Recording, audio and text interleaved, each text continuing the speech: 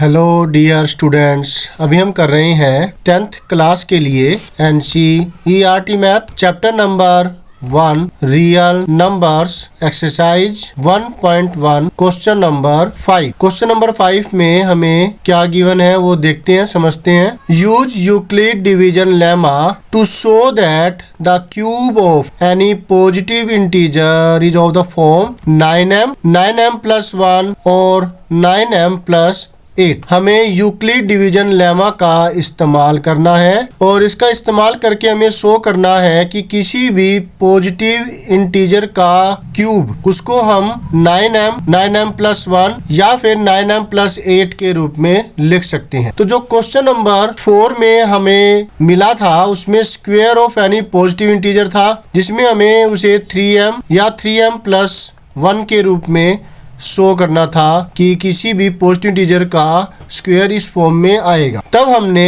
a equal to लिया था 3q plus r और r की वैल्यू आई थी क्वेश्चन नंबर 4 में, ये हो सकती थी 0, 1 और 2। तो इन तीन केसों में हमने किया था, समझा था। लेकिन यहाँ पर हम कोई 9 नहीं लेंगे 3 की बजाय, यहाँ पर हमें 9 नहीं लेना। ऐसा निकालने के लिए हमें क्या करना है, 3 ही लेना होगा जो कि 9 का एक फैक्टर है। ठीक है, तो हम फॉर्म यही लेंगे जो यहाँ पर है, 3q प्लस r की फॉर्म लेंगे। ठीक है, तो यहाँ पर भी वही नंबर हम लेंगे। तो देखिए, समझिए ये सॉल्यूशन कैसे होगा, आसानी से हो जाएगा। लेकिन थोड़ा सा आपको फार्मूलों का ध्यान रखना होगा जब ये सॉल्यूशन कर रहे हो। अगर आपको फार्मूले लर्न नहीं है या थोड़ी सी भी कंसंट्रेशन डाउन हो गई तो गलत हो जाए। और मैं भी ध्यान से करूंगा क्योंकि अब मेरे सामने आप बैठे नहीं हो कि सर देखिए यहाँ ये गलती हो गई है या फिर आपने ये लिखा नहीं है, ये बताने के लिए। तो गलती हो जाती है, इसलिए मैं भी ध्यान से करूंगा और आप ध्यान से समझिए, ताकि जब आप कर रहे हो ध्यान अपना सॉल्यूशन को या टेस्ट के अंदर कर रहे हो तो आपसे भी गलती ना हो।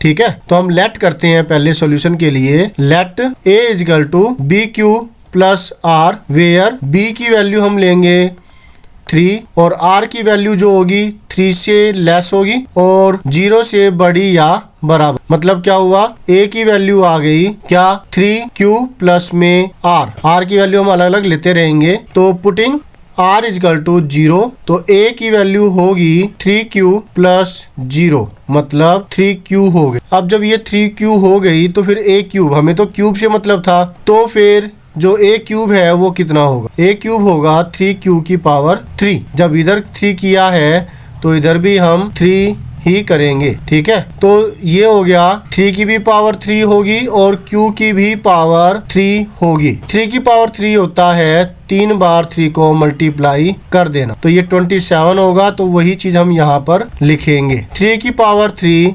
27 एंड q क्यूब। लेकिन हमें तो इस रूप में लिखना है इसको, तो हम इसमें से 9 ले लेंगे कॉमन, मल्टीप्लाई में 3q क्यूब। इन दोनों को मल्टीप्लाई करेंगे तो वापसी 27 मिल जाएगा। मतलब था हमें 9 बाहर निकालना है 27 में से, तो इसको हम 9 मल्टीप्लाई 3 करके बाहर निकाल सकते हैं। तो ये लिख देंगे 9m1, वेयर आप लिखेंगे जहां पर where m1 equal to 3q square. तो ऐसे ये लिखना है। ठीक है, एक पार्ट हो गया। अब हम करते हैं पुटिंग, वैल्यू पुट करेंगे, पुटिंग r इक्वल टू 1। तो ऐसा करने पर a की वैल्यू हमें मिलेगी 3q प्लस 1, क्योंकि हमें r की वैल्यू अब इस बार 1 पुट करनी है। तो जब ऐसा कर दिया तो फिर हमें अब क्यूब की वैल्यू कितनी मिलेगी, a क्यूब की वैल्यू मिलेगी हमें 3q प्लस 1 का होल क्यूब। तो आपको पता है कि a प्लस b का होल क्यूब क्या होता है, a क्यूब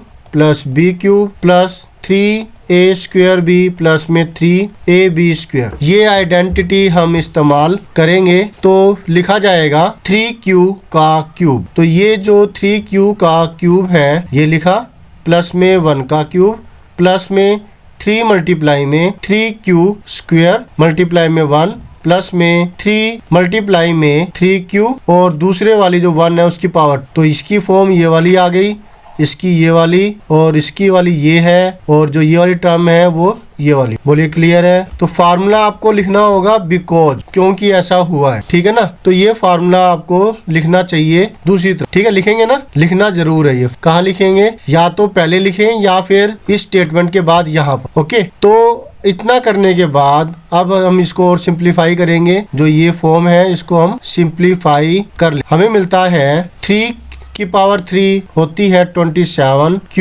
क्यूब प्लस 1 का क्यूब जो है वो आएगा 1, है ना। और 3 स्क्वायर बनेगा 9 स्क्वायर, और 9 को जब मल्टीप्लाई करेंगे 3 से तो ये हो जाएगा 27 स्क्वायर। क्लियर है?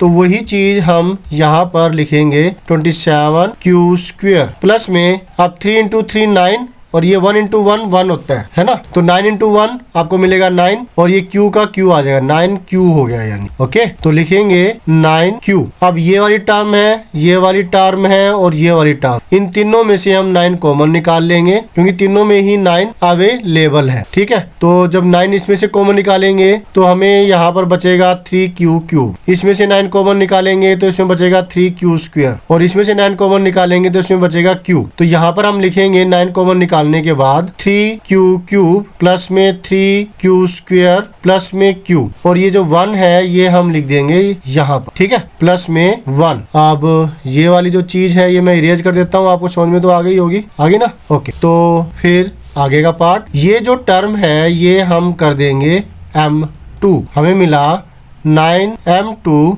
प्लस में 1, वेयर जहां पर m2 की वैल्यू है ये, ठीक है, 3 क्यूब प्लस में 3 स्क्वायर प्लस में क्यू। अब r की वैल्यू 0 रख दी, जो कि यहाँ पर 3 वैल्यूज आती है, राइट। कहाँ पे मैंने यहाँ लिखी थी ना, नहीं लिखी, देखिए यहाँ लिखा है ना, r की वैल्यू 3 से कम होगी और r की वैल्यू 0 से बड़ी होगी। मतलब r की वैल्यू क्या क्या हो सकती है? 0 हो सकती है, 1 हो सकती है, 2 हो सकती है, 3 नहीं हो सकती, 3 से कम होगी। तो ये 0 हमने यूज कर लिया, 1 हमने यूज कर लिया, अब यूज करना है 2 को। अब पुट करेंगे, पुटिंग ऐसे ही जैसे हमने r=1 का केस किया वैसे r=2 का केस करेंगे, और पुट करने के बाद हमें a की वैल्यू मिलती है 3 प्लस 2। तो इतना करने के बाद हमें फिर क्या होगा? a³ निकालना है, वही चीज जैसे कि यहाँ पर भी हमने a³ निकाला था, है ना, और यहाँ पर भी a³ निकाला, और यहाँ पर भी अब a³ निकालने जा रहे हैं। Okay, good.